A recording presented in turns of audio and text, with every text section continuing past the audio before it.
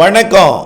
செல்வகுமாரின் மாலை வானிலை ஆய்வறிக்கை 2025 ஜனவரி 7 செவ்வாய்க்கிழமை மாலை நிலவர ஆய்வறிக்கை. அதிகாரப்பூர்வ வானிலை அறிக்கைக்கு இந்திய வானிலை ஆராய்ச்சித்துறை அறிக்கையை பார்க்கவும். வானிலை அமைப்பு இந்த வரைபடத்தை பார்த்தீங்கன்னா உங்களுக்கு நன்றாக புரியும். நிகழ்வுகள் ஒன்றா இரண்டா, எண்ணற்ற நிகழ்வுகள். நிலநடுக்கோட்டுக்கு தெற்கே வரிசை கட்டி நிற்கும் நிகழ்வுகள் எம்ஜிஓ அமைப்பு. நிலநடுக்கோட்டுக்கு வடக்கே வட இந்திய நிலப்பகுதிகளில் குளிர்காலத்தில் கூட நிகழ்வுகள். ஒன்றன் பின் ஒன்றாக மேற்கத்திய இடையூறு அரபு நாட்டுக்குள் வந்து மெக்காவில் வெள்ளப்பெருக்கு. அடுத்தது ஏற்பட போகிறது குவைத் சிட்டிக்கு. ஆக சவுதி அரேபியாவில் வெள்ளப்பெருக்கை கொடுத்தது குவைத் சிட்டி மற்றும் ஓமன் வளைகுடா மற்றும் மஸ்கட் வரைக்கும் அது மழைப்பொழிவை கொடுக்க போகிறது. ஆக நிகழ்வுகள் குளிர்காலத்தில் மழைப்பொழிவை கொடுத்து கொண்டிருக்கிறது. இன்றைக்கு மெக்கால பார்த்தீங்கன்னா வரலாறு காணாத வெள்ளப்பெருக்கு, கட்டுக்கடங்காத வெள்ளம். காரணம், குளிருக்குள் வெப்ப காற்று நுழைந்தது, குளிருக்குள் குறைந்த அழுத்த காற்று நுழைந்தது, உயரழுத்தத்துக்குள் குறைந்த அழுத்த காற்று. இதெல்லாம் மெக்காவில் எதிர்பாராத ஒன்று. இன்றைக்கு தமிழ்நாட்டை பொறுத்த வரைக்கும் இன்றைக்கு அறுவடை விவசாயிகளை அச்சுறுத்தியது.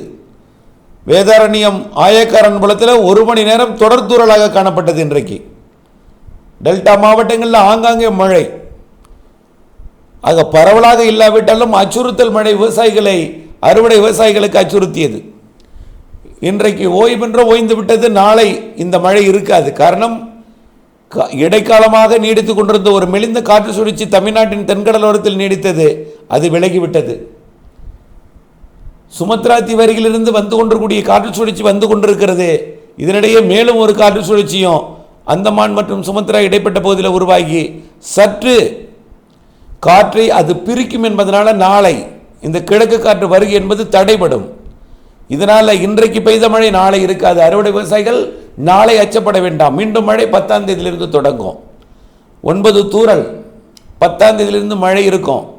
பாதிக்கும் மழை அல்ல, இடையூறு கொடுக்கும் மழை. அறுவடை விவசாயிகளுக்கு அச்சுறுத்தல் மழை. மழையை எதிர்நோக்கி இருப்பவர்களுக்கு பொங்கலுக்கு பிறகு நல்ல மழை பொழிவை கொடுக்கும். ஆனால் தொடக்கம் 10ஆம் தேதி, 11ஆம் தேதி மிதமான மழை பொழிவிற்கு வாய்ப்பு இருக்கிறது. டெல்டா மாவட்டங்களுக்கும் தென் மாவட்டங்களுக்கும் உள் மாவட்டங்களுக்கும் ஆங்காங்கே ஒதுக்கி 12ஆம் தேதி ஞாயிற்றுக்கிழமையும் ஆங்காங்கே லேசான மிதமான மழைப்பொழிவு டெல்டா தென் தமிழ்நாட்டிற்கும் உள் மாவட்டங்களுக்கும் மேற்கு தொடர்ச்சி மலைக்கும் இருக்கும். போராடி முன்னேறினால் செங்கல்பட்டு வரைக்கும் அது தூறல் சாரலை கொடுக்கலாம். நன்றாக புரிந்து கொள்ள வேண்டும். நிகழ்வு வருவது எந்த அளவிற்கு தீவிரம் இருக்கிறது, எந்த அளவிற்கு அதன் கை நீளும், அதாவது எந்த அளவிற்கு இரு காற்று இணைவை தமிழ்நாட்டிலே குவிக்கும், அல்லது கிழக்கு காற்றை வடகிழக்கு காற்றை எந்த அளவிற்கு உள்ளே கொண்டு போய் ஏற்றும் ரேஷியோ, அதாவது வெப்ப குளிர் நீராவிகள், அதாவது வெப்ப காற்று குளிர்காற்றுக்குள் வெப்பக்காற்று, இவை எந்த அளவிற்கு சதவீதத்தில் இணையுமோ அந்த இடத்துல சரியான சதவீதத்தில் இருக்கக்கூடிய இடத்துல மழைப்பொழிவு இருக்கும். குளிர்காற்றில் வெப்பம் கிடைக்கும் இடத்துல மழைப்பொழிவு இருக்கும். ஆக எல்லோருக்கும் பரவலான மழைப்பொழிவு கிடையாது. ஆங்காங்கே மழை இருக்கும். இன்றைக்கு தெரிந்திருக்கும் டெல்டாவில் ஆயக்காரன் புலத்தில் 1 மணி நேரம் மழை. 1 மணி நேரத்தில் 1/2 சென்டிமீட்டர் மழை தான் இருக்கும். ஆனால் தொடர் தூறலாக இருந்து கொண்டிருந்தது. 1 சென்டிமீட்டர் கூட இருக்கலாம் சில இடங்களில். ஆனால் சில இடங்களில் 1/2 சென்டிமீட்டர் வரைக்கும் 1 சென்டிமீட்டர் வரைக்கும் சில இடங்களில் இருந்தது டெல்டாவில். ஆக இப்படிப்பட்ட மழைப்பொழிவு நாளை இல்லை. ஆனால் நாளை மறுநாள் மீண்டும் தூறல். 10ஆம் தேதியிலிருந்து மீண்டும் லேசான மழைப்பொழிவு இன்றைக்கு இருந்தது போல் 10ஆம் தேதி இருக்கும்னு வச்சுங்க. 11ஆம் தேதி கொஞ்சம் கூடுதலாகும். 12ஆம் தேதி இன்னும் கொஞ்சம் கூடுதலாகும் பரப்பிலையும் அளவிலையும். 13ஆம் தேதி போகி பண்டிகை அன்னைக்கு இன்னும் கொஞ்சம் கூடுதலாகும் பரப்பிலையும் அளவிலும். 14ஆம் தேதி பொங்கல் பண்டிகை என்றும் மழை இருக்கிறது. அந்த மழை தான் கொஞ்சம் உள்ளேயும் கொஞ்சம் வடக்கையும் எட்டி பிடிக்கும் என்று எதிர்பார்க்கப்படுகிறது. பொங்கல் தினத்தில் மழை இருந்தாலும் பொங்கல் கொண்டாட்டத்திற்கு பாதிப்பு இருக்காது. ஆங்காங்கே ஒதுக்கி பெய்யும். எல்லா இடத்துலையும் ஒரு அரை மணி நேரம், கால் மணி நேரம், 10 நிமிடம், 20 நிமிடம் இப்படித்தான் மழை பொழிவை கொடுக்குமே தவிர நாள் முழுவதும் தொடர்ச்சியாக பெய்து கொண்டிருக்கக்கூடிய மழை அல்ல. மாட்டு பொங்கல் அன்றைக்கும் அதே போல் வானிலை தான். அறுவடை விவசாயிகளுக்கு குழப்பம், அறுவடை விவசாயிகளை அச்சுறுத்தும், அறுவடைக்கு இடையூறு கொடுக்கும், நனைக்கும், இவையெல்லாம் செய்யும். மிதமான மழை முதல் சற்று கனமழைப்பொழிவு வரைக்கும் தென் மாவட்டங்களுக்கும் தென் கடலோரம், டெல்டா கடலோரம் நல்ல மழைப்பொழிவு இருக்கிறது. பொங்கல் தினத்துக்கு அடுத்த நாள் மாட்டு பொங்கல் அன்றைக்கு. அடுத்த நாள் காணும் பொங்கல் மற்றும் 16, 17ஆம் தேதிகளில் மழைக்கு வாய்ப்பு குறைவு. 16, 17 தேதிகளில் நீங்கள் அறுவடை செய்ய திட்டமிட்டிருந்தால் அறுவடைக்கு சரியாக வானிலை அப்டேட்ஸ் அறிந்து 17, 18, 16, 17, 18 மழை இடையூறு கொடுக்குமா, இடைவெளி கொடுக்குமா, வானிலை அறிந்து அந்த 16, 17 நீங்கள் அறுவடைக்கு திட்டமிடலாம். ஆனால் அதற்கு பிறகு கொஞ்சம் வலுவான மழைப்பொழிவு தெரிகிறது. 19, 20, 21, 22, 23ஆம் தேதி அந்த நிகழ்வு இலங்கை மற்றும் தமிழ்நாடு வழியாக அது ஊடுருவி, அதாவது செயலிழந்து ஒரு காற்று சுழற்சியாக அரபிக்கடல் பகுதியை நோக்கி நகரும் என்று எதிர்பார்க்கப்படுகிறது. ஆக அந்த பொங்கலுக்கு பிறகு வரக்கூடிய நிகழ்வு நீர் தேவையை பூர்த்தி செய்யும். நிறைய இடங்களில் பயிர்களுக்கு தண்ணீர் தேவை ஏற்பட்டிருக்கிறது. ஆனால் டெல்டாவிற்கும் தென் மாவட்டங்களுக்கும் அந்த பொங்கல் மழை தண்ணீர் தேவையை கொஞ்சம் பூர்த்தி செய்யும். உயிர் கொடுக்கும் மழையெல்லாம் கொடுக்கும், பரவலாக கொடுக்காது. அதுதான் நம்மளுக்கு புரிந்து கொள்ளணும். வருவது வலுவான நிகழ்வாக இருந்தாலும் தமிழ்நாட்டில் இருக்கக்கூடிய குளிர்காற்று மழைக்கு சாதகம் இல்லை. வெயில் வந்ததும் மதியத்தில் மாலையில் ஆங்காங்கே மழைப்பொழிவை கொடுக்கும்.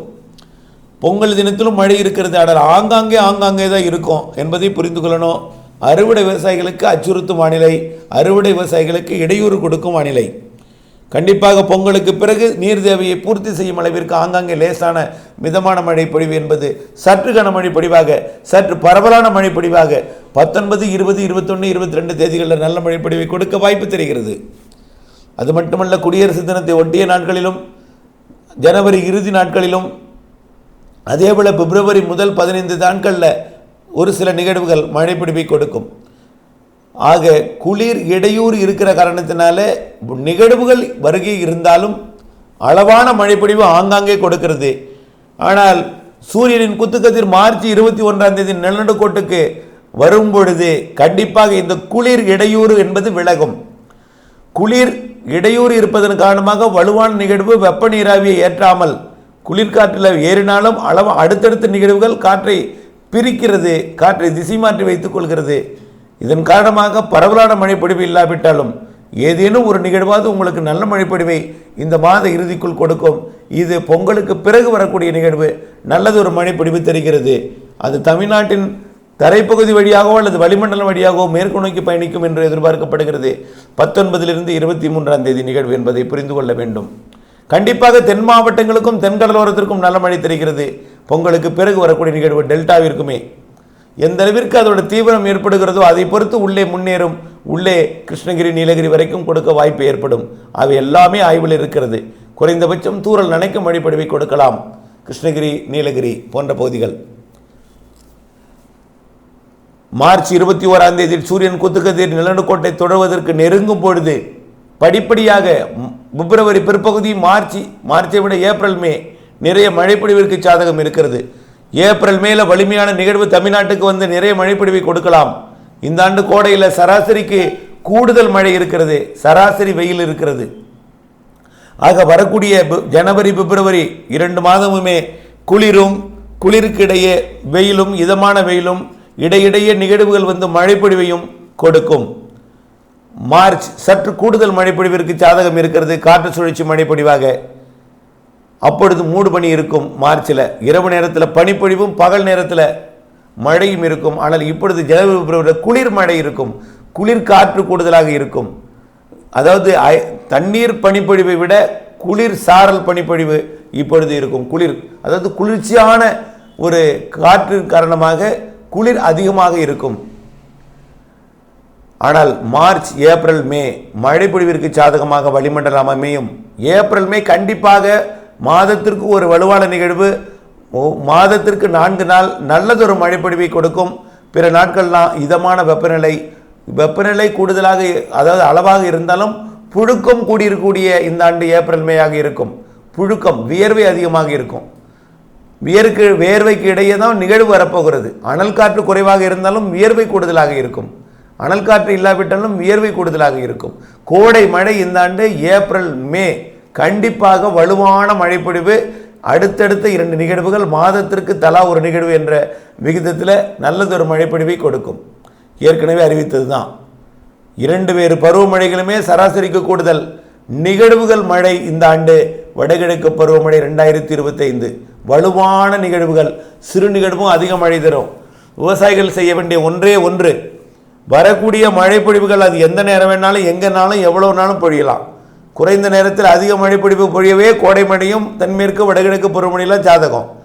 ஆகவே மழை பொழியும் பொழுது அதை பாதுகாத்து சேமித்து வைத்து பாதுகாத்திருந்தால் நமக்கு தேவைப்படும் பொழுது விவசாயத்துக்கு பயன்படுத்தலாம். கைவசம் நீர் இருந்தால் கவலை இல்லாமல் விவசாயம் செய்யலாம். அதற்காக உங்கள் நிலத்தில் 10% இடத்துல மழைநீர் சேகரிப்பு அமைப்பை ஏற்படுத்துங்கள். ஆக தொடர்ந்து வானிலை அப்டேட்ஸுடன் இணைந்திருங்கள். வானிலை அறிந்து விவசாயம் செய்யுங்கள், இடைவெளி அறிந்து அறுவடை செய்திடுங்கள். அப்டேட்ஸ் அவசியம், இணைந்தே இருங்கள். நன்றி.